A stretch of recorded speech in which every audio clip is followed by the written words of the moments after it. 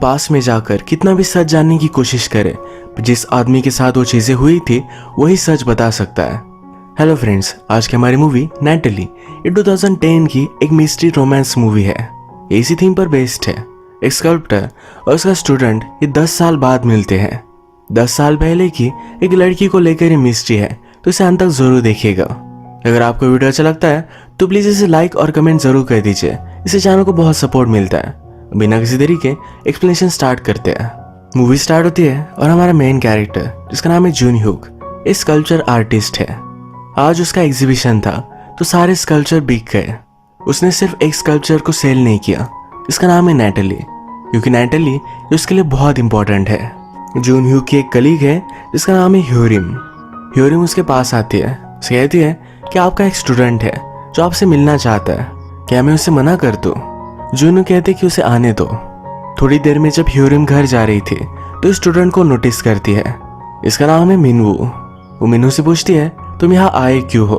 मिनू कहता है मुझे नैटली बाय करनी है। ह्यूरिम कहती है कि वो सेल नहीं करेंगे। वैसे भी तुम क्यों बाय करना चाहते हो? मिनू कहता है कि नैटली को लेकर मेरा एक सीक्रेट है जो उसे नहीं बताएगा। जून ह्यूक नैटली को देखकर गुस्सा था। उसे तोड़ने की कोशिश करता है पर कर नहीं पाता, क्योंकि उसका बेस्ट पीस ऑफ आर्ट ये है। थोड़ी देर में मिन जून ह्यूक के पास पहुंचा। वो लेट हो चुका था। जून ह्यूक कहते हैं एग्जीबिशन खत्म हो चुका है। वो कहता है मुझे आपके काम के बारे में लिखना है। जून ह्यूक इसमें थोड़ा भी इंटरेस्टेड नहीं होता, तो मिनू कहता है कि मैं आपकी क्लास में था, मुझे नैटली के बारे में जानना है। मिनू नैटली के स्कल्पचर को देखता है और कहता है ऐसा लगता है कि जिंदा है, किसी का वेट कर रही है। उसने पूछा नैटली के पीछे रियल मॉडल कौन थी? जूनू कहता है ऐसी कोई भी मॉडल नहीं है। जून ह्यूक मीनू से कहता है तुम लोगों के आर्ट पर क्रिटिक करते हो, उनसे कमेंट लेते हो, यानी कि कुछ कंट्रोवर्शियल बन जाए, ये किस तरह का जॉब है? मीनू कहता है कि मैं आपके आर्ट को अप्रिशिएट करता हूँ, इसी वजह से उसकी कोई वैल्यू है। जूनू कहता है तुम्हें आर्टिस्ट की वैल्यू पता नहीं है। मीनू कहता है जिस तरीके से मैं आर्टिस्ट की वैल्यू नहीं करता उसी तरीके से आप वुमन की वैल्यू नहीं करते। ये सुनकर जून ह्यूक सरप्राइज था। वो पूछता है क्या तुम होरिम के बारे में बात कर रहे हो?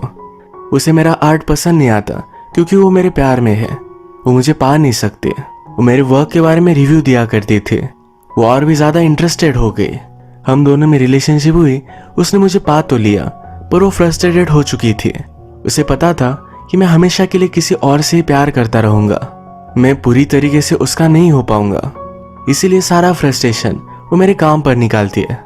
उसने मीनू से कहा तुम्हारी शादी हो चुकी होगी, अपनी वाइफ से तुम शायद बहुत प्यार करते हो, इसी वजह से तुम्हें इन सब बातों के बारे में पता नहीं। तुम बहुत ही सीरियस लगते हो, तो शायद कभी तुमने अपनी वाइफ पर चीट भी नहीं किया। मीनू कहता है सारे आदमी तुम्हारी तरह नहीं होते, कुछ कपल एक दूसरे के साथ ही खुश होते हैं। जूनू कहता है कि अगर ऐसा है तो इस कंट्री में टेम्पल से ज्यादा मोटेल्स क्यों है? वो एक हाउस वाइफ के बारे में बताता है। कहता है उसका हस्बैंड 11 बजे चला जाता था तो मुझे कॉल करती थी। ऐसे ही बहुत सारी हाउस वाइफ्स का अफेयर चलता है, तुम्हें क्या पता, शायद तुम्हारी वाइफ का भी अफेयर चल रहा होगा। इस पर मीनू को गुस्सा आ गया था पर उसने कंट्रोल कर लिया। मीनू पूछता है आपने 10 साल पहले कहा था कि आप कोई भी स्कल्पचर क्रिएट नहीं करेंगे, इसके बाद क्या हुआ? जूनू झूठ कहता है। जूनू कहता है कि मैं एक आर्टिस्ट हूँ, मेरा मन हमेशा बदलता रहता है, पर यह बात झूठ थी, इसके बारे में हमें आगे पता चलेगा। मीनू ने कहा हर एक आर्ट की प्राइस होती है। उसने अलग अलग स्कल्पचर्स की प्राइस बताई। उसने कहा कि मैं बाय करना चाहता हूँ, वो प्राइस के बारे में ज्यादा सोचता नहीं। जूनू कहता है नैटली मेरे लिए बहुत स्पेशल है, इसी में कोई भी प्राइस नहीं दे सकता। जूनू समझ गया मीनू सिर्फ रिव्यू में इंटरेस्टेड नहीं है, उसके यहाँ आने का रीजन कुछ अलग है। मीनू ने फिर से पूछा कि नैटली कौन है? ये सब बातें ह्यूरिम सुन रही थी, के पास आई और कहा मैं नैटली हूँ।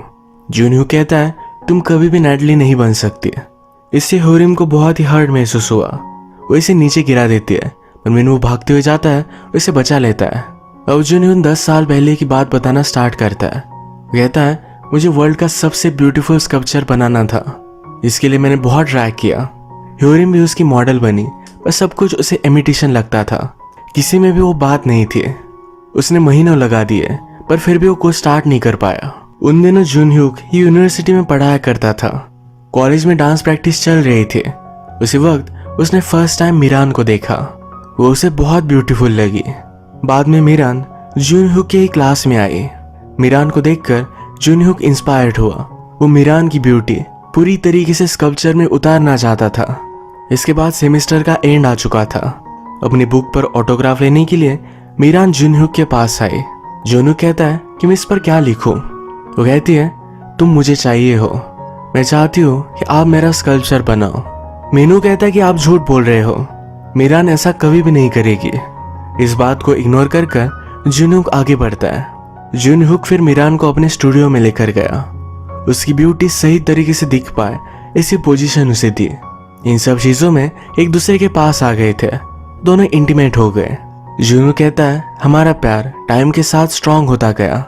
वो मुझे बहुत एक्साइट करती थी। मैं बार बार दिन रात उसे प्यार कर सकता था। मैं मर भी जाता फिर भी उससे ही प्यार करता। मीनू फिर से उसे इंटरप्ट कर देता है। कहता है, कुछ भी झूठ मत बोलो। अगर तुम उससे इतना प्यार करते थे तो उसे शादी क्यों नहीं की? जिस मीरान को मैं जानता हूँ वो बहुत ही अलग थी। वो प्योर थी, मिस्टिकल थी, जैसे किसी पौराणिक कथा से आई हो। वो मानो एक ब्यूटीफुल पेंटिंग से खुद चलकर बाहर आई हो। मीनू ने नोटिस किया था कि जब भी जूनहुक मीरान के पास होता था तो अनकंफर्टेबल हो जाती थी। एक दिन मीनू ने मीरान को अप्रोच किया। उसे कहा, मैं तुम्हारी बहुत अच्छी सी पेंटिंग बना सकता हूँ, क्या तुम मेरी मॉडल बनोगी? मीरान को भी अच्छा लगा था, पर तभी जूनहुक इनके बीच में आ गया। मीनू को लगता है जूनहुक ने मीरान से कहा था, मुझे तुम चाहिए हो। वो फिर मीरान को जबरदस्ती उसके स्टूडियो में लेकर गया। अपने आर्ट के नाम पर उसे जबरदस्ती की। प्रेजेंट में जूनहुक मीहू से कहता है, तुम तुम्हारी मेमोरी को डिस्टॉर्ट कर रहे हो, तुम्हें जो लगता है ऐसा कुछ भी नहीं था। मीनू कहता है, तुम्हारा एज बढ़ चुका है, तुम उसे ऑब्सेस थे तो इसी वजह से अपने माइंड में कोई भी लव स्टोरी बना ली है। तुमने सिर्फ उसका फायदा उठाया, जब तुम्हें बुरा लगा तो उसे छोड़ दिया। जूनू कहता है कि ऐसा कुछ भी नहीं है। जैसा टाइम गुजरता गया तो हम एक दूसरे में सिर्फ फिजिकल प्लेजर ढूंढने लग गए थे। मैं उसका एडिक्टेड हो गया और वो भी। एक दिन मीरान ने पूछा, क्या आप मुझसे शादी करना चाहते हो? जूनू कहता है, हमें ये सब सोसाइटी की वजह से करना पड़ता है। हमारे प्यार को कोई भी डेफिनेशन देने की जरूरत नहीं है। वो मीरान के साथ सिर्फ लिव इन रिलेशनशिप में रहना चाहता था। उसे ये नहीं पता था मीरान प्रेग्नेंट है। मीरान ने फिर भी इसे एक्सेप्ट कर लिया था। हमेशा एक दूसरे में खोए रहते थे। बाकी कोई भी चीज इन्हें करना अच्छा नहीं लगता था। जैसे कि हमें पता है, जूनहुक उन दिनों नेटली क्रिएट कर रहा था। मीरान की वजह से वो इस पर कॉन्सेंट्रेट नहीं कर पाया। उसका फ्रस्ट्रेशन बढ़ता चला जाता है। मीरान को भी ये बात समझ में आ गई। एक दिन जब एक साथ थे तो जूनहुक सोया हुआ था। नैटली उसे कहती है, अब मैं तुम्हारी लाइफ से चली जाऊंगी, तुम्हें 10 साल का वक्त दूंगी, इसके बाद फिर से तुम्हारे पास आऊंगी। एक्चुअल में जूनहुक जगा हुआ था। उसे प्रिटेंड करता है कि वो सोया हुआ है। ये सब बातें सुनी और उसने उसे रोका नहीं। मीनू प्रेजेंट में कहता है, कितने पागल हो, आज 10 साल कंप्लीट होने वाले हैं, तुम अभी भी उसका वेट कर रहे हो। वो शायद तुम्हें भूल भी चुकी है। जूनू कहता है, तुम मुझे क्यों पागल बोल रहे हो? तुम भी तो मीरान से वन साइडेड प्यार करते थे। 10 साल बाद तुम भी यही हो। मीनू फिर अपनी स्टोरी बताना स्टार्ट करता है। जब मीरान और जूनहुक का ब्रेकअप हो गया तो मीनू हमेशा मीरान के साथ ही होता था। मीनू ने रियलाइज किया मीरान का ब्रेकअप हो चुका है, पर फिर भी वो पूरी तरीके से उसकी नहीं बनेगी। वो बहुत सैड थी। प्रेजेंट में जूनहुक मीनू से कहता है, तुम्हें क्या लगता है तुम उसे मुझसे ज्यादा अच्छे से समझते हो? मीनू कहता है, वो मेरी अब वाइफ है। इसे जूनहुक सरप्राइज्ड हो गया। मीनू ने फिर अपनी स्टोरी कंटिन्यू की। मीनू हमेशा से मीरान से बहुत प्यार करता था, तो एक दिन मीरान उसके पास आई। उसने पूछा, क्या तुम मुझसे प्यार करते हो? मीनू हाँ कहता है। वो पूछती है, क्या हमेशा करते रहोगे? मीनू ने कहा, मरने के बाद भी।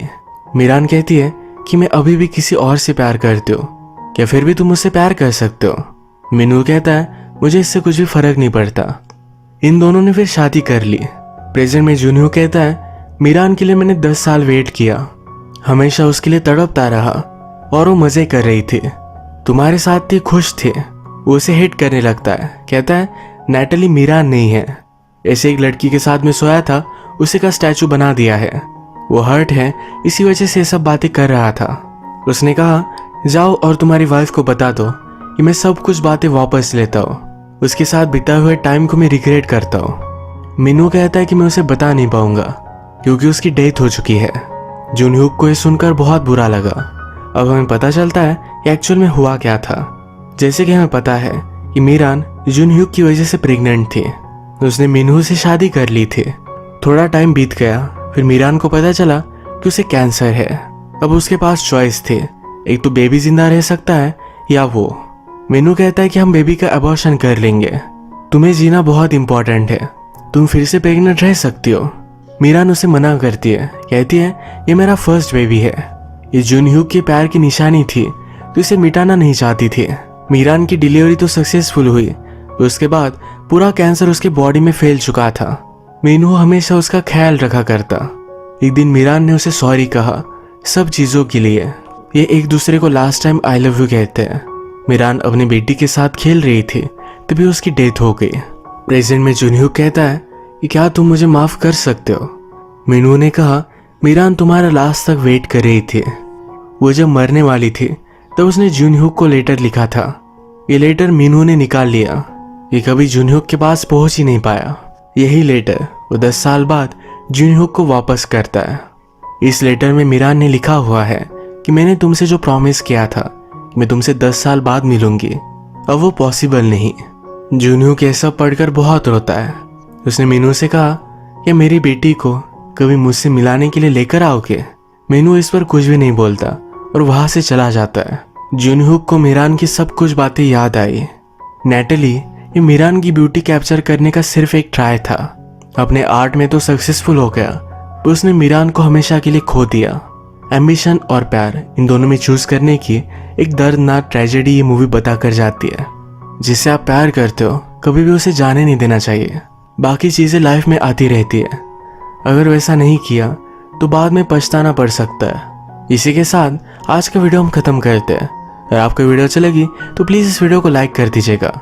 बहुत सारी मूवीज लेकर आता रहता हूँ, तो प्लीज इस चैनल को सब्सक्राइब कर दीजिए और बेल नोटिफिकेशन आइकॉन दबाना मत भूलिएगा।